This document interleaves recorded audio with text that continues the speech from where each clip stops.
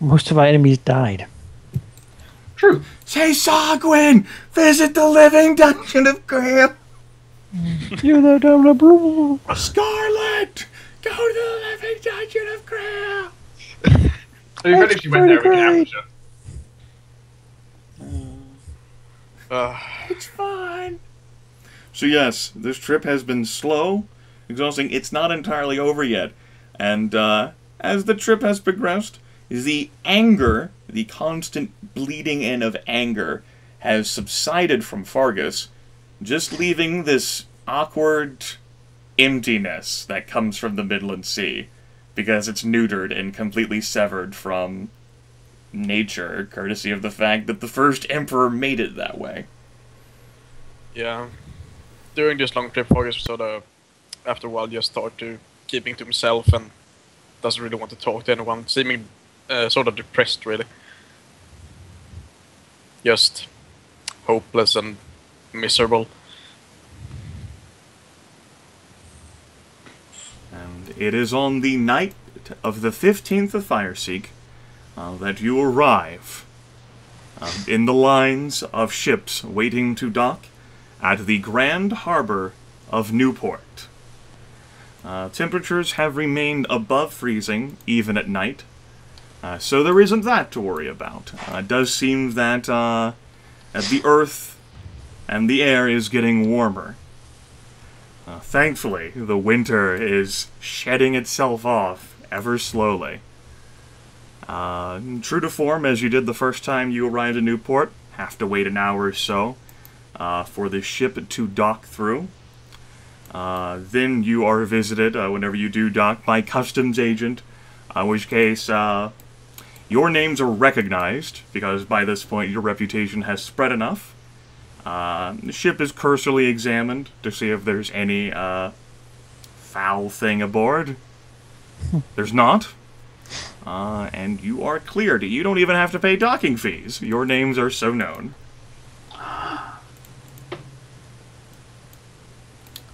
And you arrive, again, back in Newport. I've made the Newport map visible to you if for whatever reason you're interested in getting the fuck off the boat. Dwohurim will first and foremost go to Jin Zero's and ask him when he, and if he needs any aid and how he plans to leave. I don't think it was his plan to stay here long. Jin Zero's will shrug and say, I imagine I'll just find another boat to take. I'll survive this one. I don't think any other will be worse. Do you have money for traveling? I presume so. I can't imagine ship travel is too expensive. Not from what I've heard, anyway. Very well, then. I suppose then I would suggest you take your way to Santa Cora. Seems to be the city you would be looking for. All right. I'll give it a try. It's been... Well, I can't say it's been a pleasure traveling with you, Dwohurim.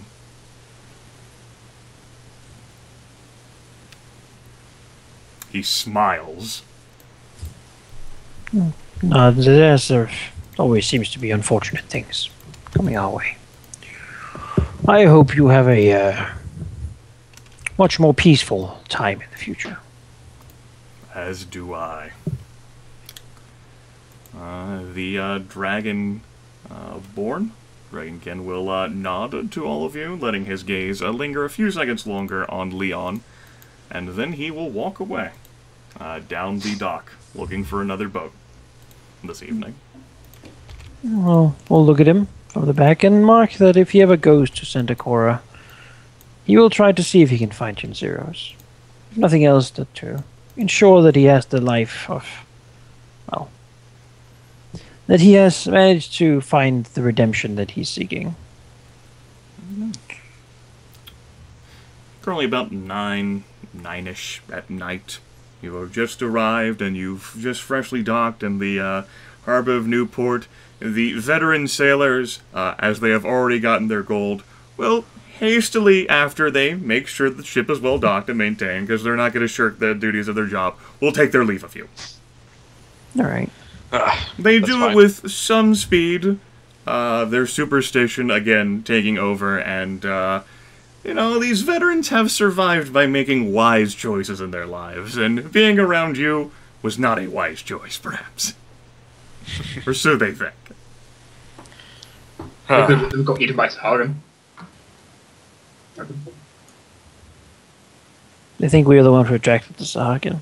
I mean, Okay, we'll look at the others and say, I suggest we go and see if we can find the Arcane College. There was rumors that something had happened over there, and I'd rather learn of this sooner than later. I think so too. Just Perhaps so we glad can to be also off find that an damn inn, boat. sleep on land. Yes. Finally. That trip took way too long. Unnaturally long, yes. yes, I'd like to get away from the smell of Thomas's room. It still smells of fish. Perhaps rather naturally long. Well, I'm not so sure. Still didn't feel natural out there, so.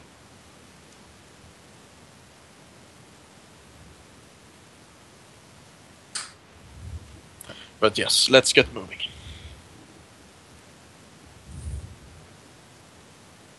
Alright. In the well-lit streets of Newport, with their magical lampposts, you're able to thread your way through the docks. After you've spent as much time as you have in Drakenhall, it's far easier to navigate. Far easier to navigate.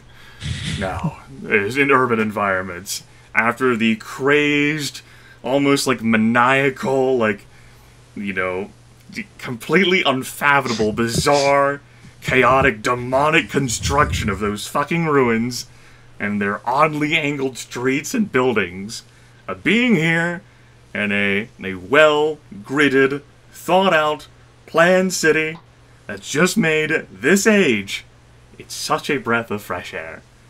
You're like, well-labeled and detailed signs depicting how you can get to where you want to go. And it doesn't even take too terribly long to travel. And you don't think it's even that hostile of an area. My goodness. You guys, after what the shit you've seen in Drakenhall, how could any city compare in danger? Not even Shadowport, not even the slums of Axis. You're good. See, this is what we got. Suddenly, nothing else seems like it's difficult. You do manage to make your way through the Docks District and into the center in search of the Arcane College, which, as it turns out, is sort of easy to spot. I say sort of easy, in that the area around does manage to be well lit despite the night. And it does have some features reminiscent of Drakenhall's ruins, in that an entire large section of the Arcane College has been completely evaporated into rubble, and there's lattices and frameworks made and people busying themselves trying to reconstruct the motherfucker through both mundane and magical means. The grass and beautiful scenery around the exploded area has also been evaporated, leaving nothing but dirt. Extending all the way, actually, to, it seems, some buildings outside of the Arcane College, where some beautiful, happy people might have lived in the wonderful center of Newport, next to all the other administrative buildings, those well-to-do people. Looks like whatever happened here was a major, cataclysmic, catastrophic explosion. Not that bad. Pretty bad. And it is a hive of activity. Is the front door gone? No, that's the front area of the Arcane College. That's still there. Does Dwohurim, with his short time spent in it, know what area of the college it would be that's gone? Yes. Let's see, I don't remember whether it's exactly stated in the rumors, but it doesn't matter because rumors can correct. The entire western wing of the Arcane College has been completely evaporated. The western wing would have contained the heaviest of research the most powerful of magic items, the greatest of experiments, the most beautifully, wondrously illustrated tomes, books, and your upper tier, your study courses for students. Oh, damn. It is the most powerful of the wings, and it is now a pile of rubble. I imagine that's not entirely unheard of. Well, not entirely unheard of, no, but it has not happened in Dwohurim's lifetime, or an entire wing. That's why the residential wing was not that way. People sleep away from all of those. Yeah. Alright, well, let's enter the front door then. Okay. Despite the time, which is night, and despite the intense conditions of the Arcane College, those among you, you're all recognized. Not all of you, most of you. And you're permitted entrance and given free will to direct yourselves as you wish. Right, well, I would like to ask for some of Lord Teraptus' time. Dwohurim will be informed that Lord Teraptus is busy burning the midnight oil in his office, which you've already been to. Burning the midnight oil?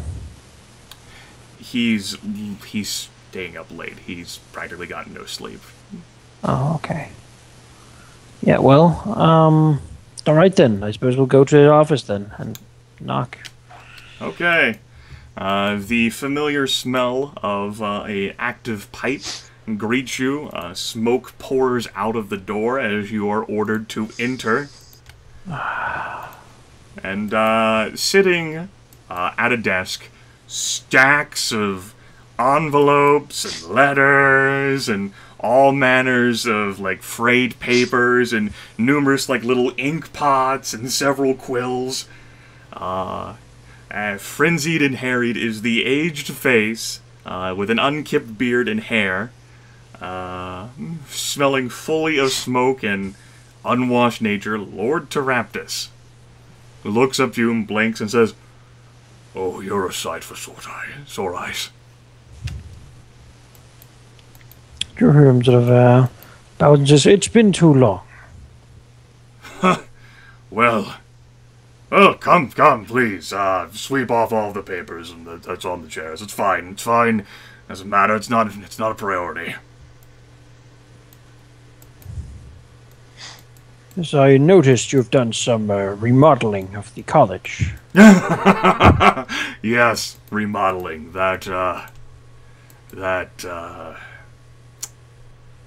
He frowns.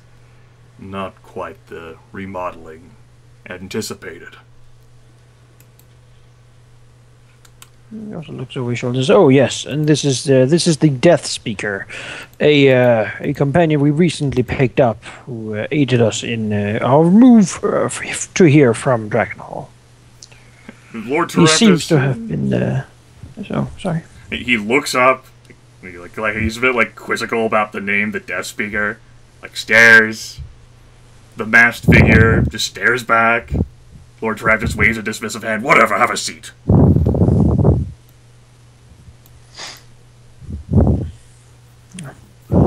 So what happened?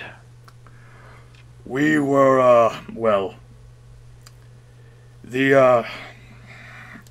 alright, so, let's try this again. Come on, Teraptus. So, the Orb of Storms, which you successfully retrieved, for that we are thankful.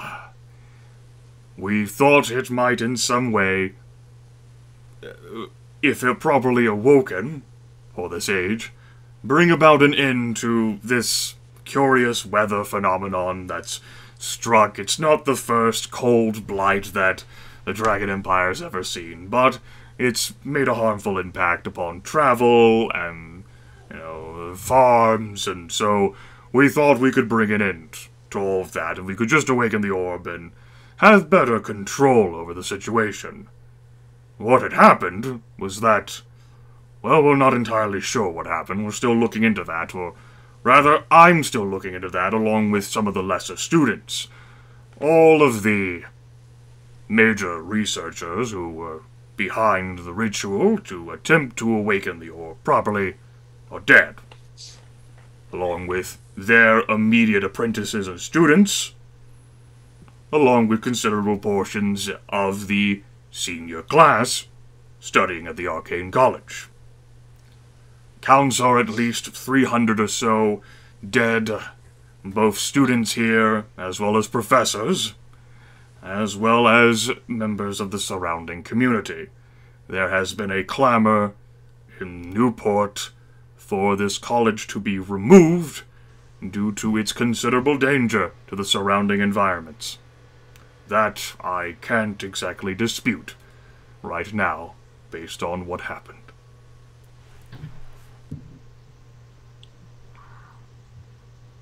I see.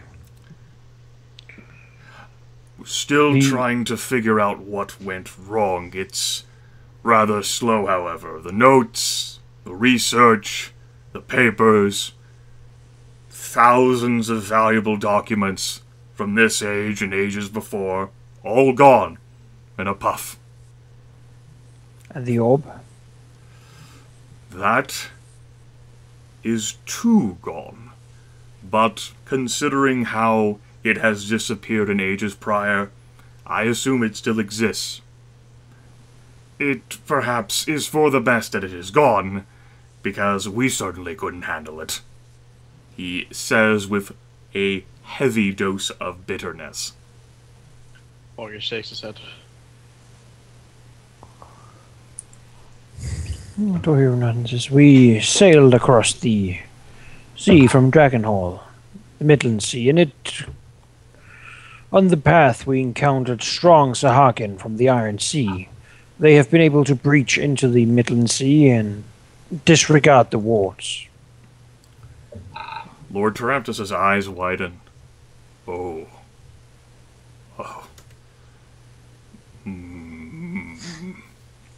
A troubled hand, which is a little shaky, goes to tug at his beard. In addition, our travel across the inner sea was far slower than expected. The winds were not favourable for us. Beyond this, in Dragonhall, it is known widely that storm druids are channeling the power of the Iron Sea and the wrath of nature, bringing it to the power of the blue.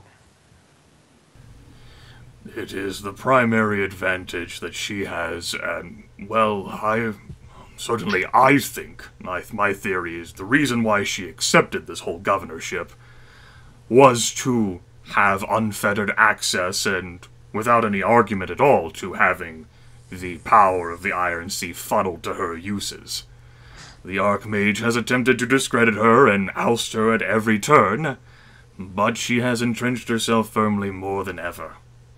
Her agents here have been quite effective since last we spoke. We have managed to stop some reinforcement that would have arrived here. We arrived here on their ship, so to speak.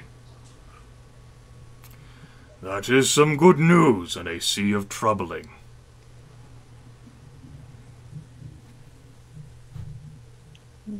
Yes, beyond that, the information we have found in Dragonhall seems to be even more troubling than the Sahakin. So it looks to some of the others.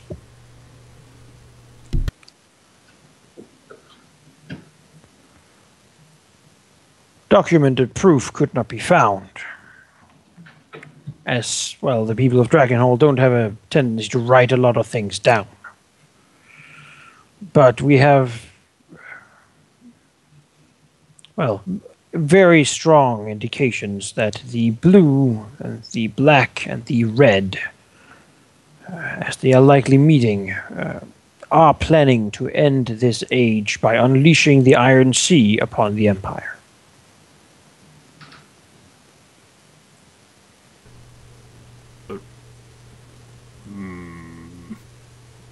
But break the cycle, to use their own words.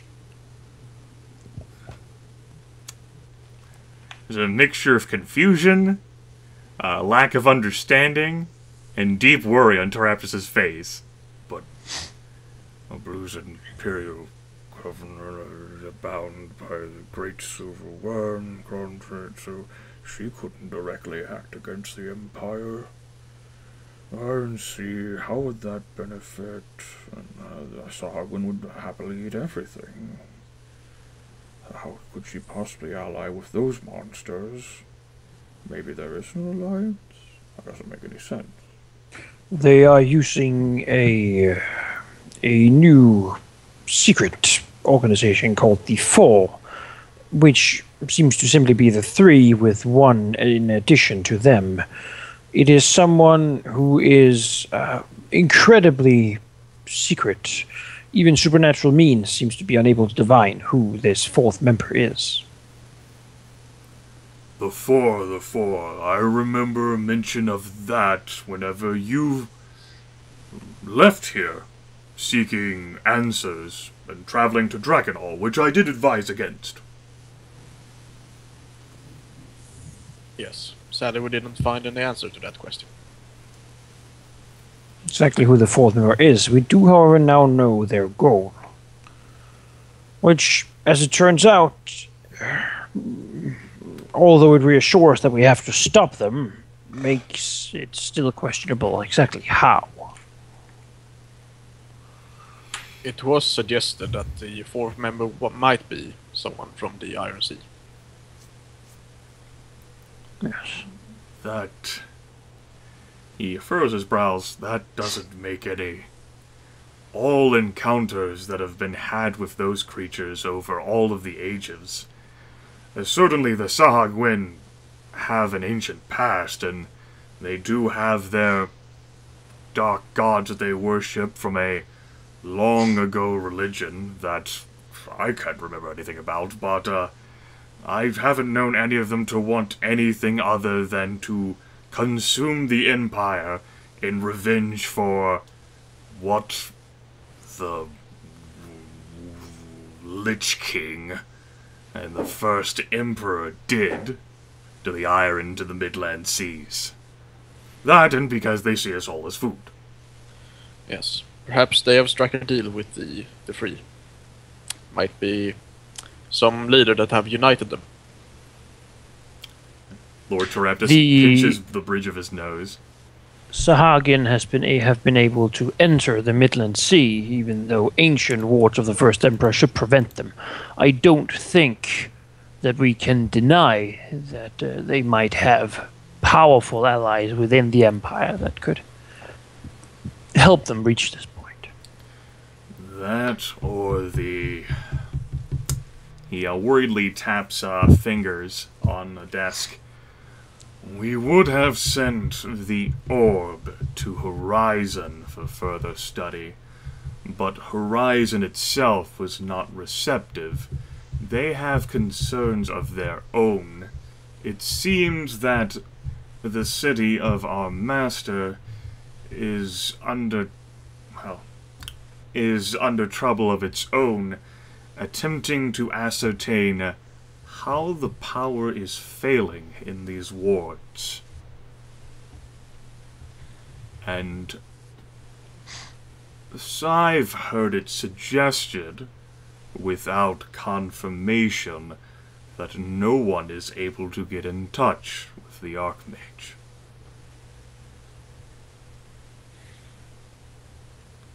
That certainly is most troubling news.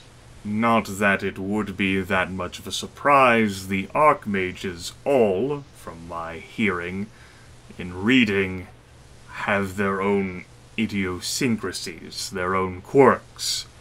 Some have gone to extra-dimensional realms. Some have gone completely mute as they try to wrestle with all of the power of the ley lines. This Archmage was rather vocal in his opposition to the blue, and remained someone that at least his subordinates could converse with, and that you could rarely see walking through Horizon. I've not been to the city myself in a number of years, regrettably, but from what my friends tell me, it's gone completely silent at the top.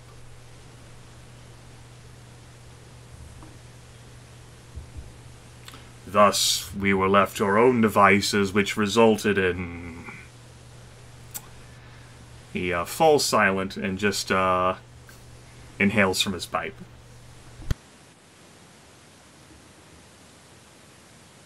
And you say that the agents of the four have been rather active.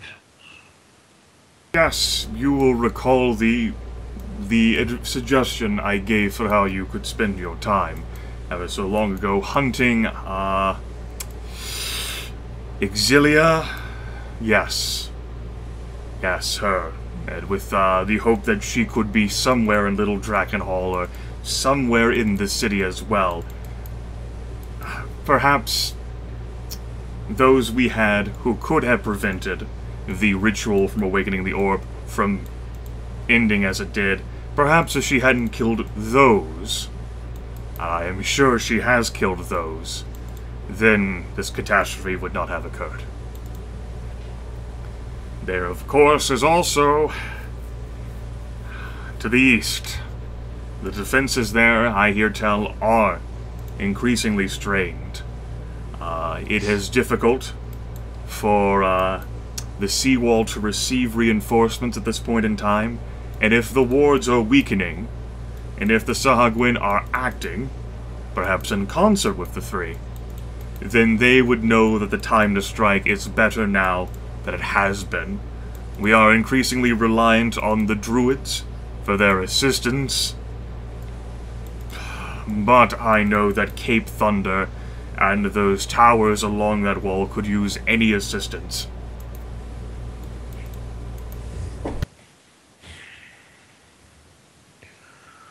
If those defenses fall, the entire southern section of the Dragon Empire will have to deal with much worse than Sahagwin. Yes. And the four will be ever closer to reaching their final goal. Going there would also allow us perhaps a chance to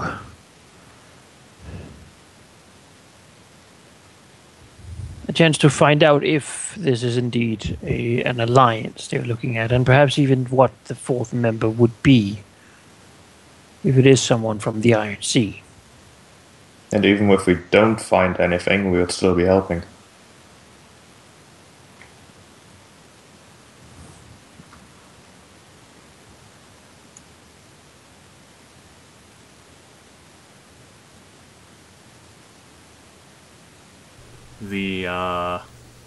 The old wizard leans back and closes his eyes. He looks exhausted. This agent, however, in the city, Auxilia, finding her would certainly also grant some relief, it seems, to Newport that is much needed. The question is, how long will that take, and will we be able to? Well, we don't know how long the defenses will hold. Not just the four of you, or I presume 5, because Tempus is still kicking around. yes. That he is. I do hope he completed his task. You would not be able to stop the waves of creatures. You going there would basically be, you stay as long as you can to aid the most troubled parts. You could spend the rest of your lives there, I'm sure, without an end to it. While this is a task that has an end, so completing it first would seem to be the logical way to go about it. Both seem important. Losing Archmage influences in a city the size of Newport would be catastrophical.